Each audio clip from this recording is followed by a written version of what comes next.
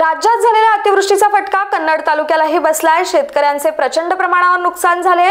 प्रशासनाने शेतकऱ्यांची थट्टा करू नये, लवकरात लवकर पंचनामे करून तातडीची मदत द्यावी असा गंगाधर पाटील यांनी प्रशासनाविरुद्ध आक्रोश व्यक्त केलाय। कन्नड तालुक्यातील बळीराजावर आसमानी संकट कोसळले असताना बळीराजाचे पीक संपूर्ण जमीनदोस्त झाल्याने बळीराजावर उपासमारीची वेळ आली आहे।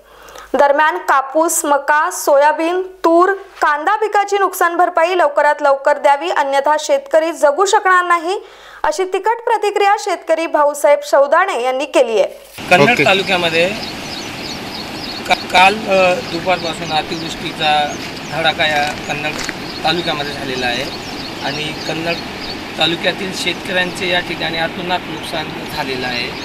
आपण या ठिकाणी पाहू शकता, हा जो रस्ता आहे, हरपळीकडे जाणारा रस्ता आहे, तो संपूर्ण पाण्यामध्ये गेलेला आहे आणि या गावातील अनेक शेतकऱ्यांची शेती ह्या पुलाच्या त्या साईडला आहे। आपण आपल्यासोबत काही शेतकरी आहेत, त्या शेतकऱ्यांच्या कशा पद्धतीने त्यांचं काय नुकसान झालेलं आहे, काय गंभीर स्वरूप या ठिकाणी पाण्यामुळे निर्माण झालेलं आहे, आपण त्यांच्याशी बोलणार आहोत। नाव काय तुमचं?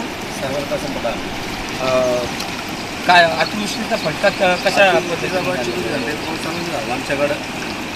फार नुकसान आहे। आमच्याकडं कोणाचे लक्षच नाही बिलकुल।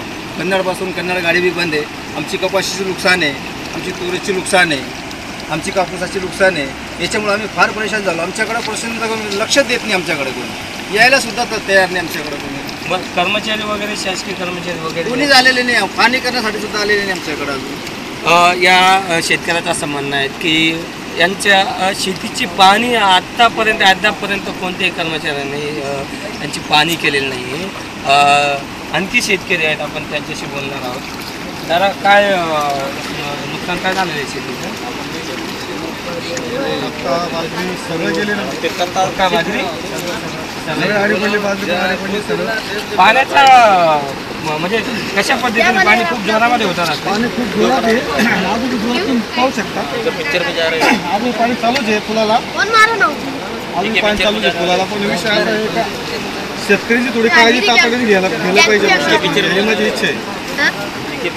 आणखी आपल्यासोबत काही नागरिक आहेत, आपण त्यांना पण त्यांच्याशी पण बोलणार आहोत। शेतकऱ्यांची परिस्थिती अत्यंत नाजूक असताना कन्नड तालुक्यातील त्यांनी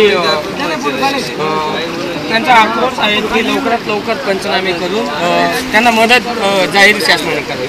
नाव काय नाव तुमचं? जुलान मोरे। शेती किती आहे? शेती 2 एकर। काय लावलेली? कपाशी। काय कंडिशन काय आता? कपाशी म्हणजे पाणी संपूर्ण कपाशी पहिली लागवड केली, त्याच्यात पुरं पाणी आहे, कापूस